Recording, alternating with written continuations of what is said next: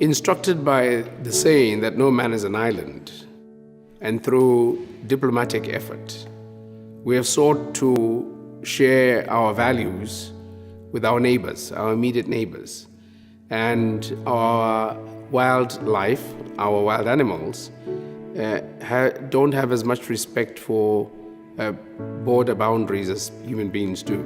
So we respect their lack of respect for it. And so we get into collaborative programs and projects, and one such as the CASA.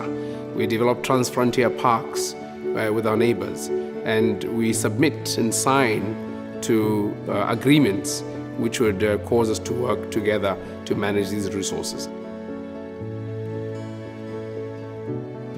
Our society, our civilization, and the very basis of our success as a human people, as a nation state, is predicated on the timeless principle that's so dear to a democratic dispensation of consultation. So we engage our people, and we find common ground in the preservation of these. The reason we find ourselves in the enviable position of having the largest herd of wildlife elephants in the wild, in the world, was because of our governance, and our governance based on consensus building. So we've succeeded that. But with success sometimes there can be some discomfort and disadvantage. We've been so successful with our elephants that they're actually overpopulated, statistically speaking, and they're beginning to do a lot of damage to the ecosystem. And so we will revert back to consensus to yield a resolution. And in this consensus, though, because elephants in their majesty are our contribution to what everybody in the world enjoys. So we want to broaden our consensus to include you too. We want to include all the elephant lovers. We want to include all the ecologists and environment lovers of the world, so that they help us resolve this problem. The Okavango Delta is, in my view, I might be biased, pardon me if I am, is the most precious delta in the world. It is the largest, by far, inland delta in the world.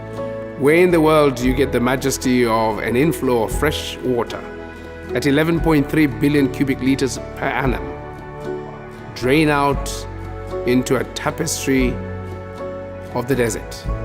And imagine what life sprouts out from that. If you could envision it, if you read the book of Genesis, the Garden of Eden is to be found in Botswana. It is the precious, mighty Okavango. It is so precious to us that we will not allow anybody to mess it up. And so we put in programs, policies, laws, systems to monitor and to preserve it. And so we deploy our diplomatic initiatives to engage those countries from which the water comes, through which the rivers pass, to support its preservation. It is an unending journey, and we've begun by ensuring that the Okavango Delta is protected. It's listed as a World Heritage Site, and it happens to have an interesting number. It is the 1,000th heritage site. And so we are in pursuit of that very objective, right from the president to our commonest citizen.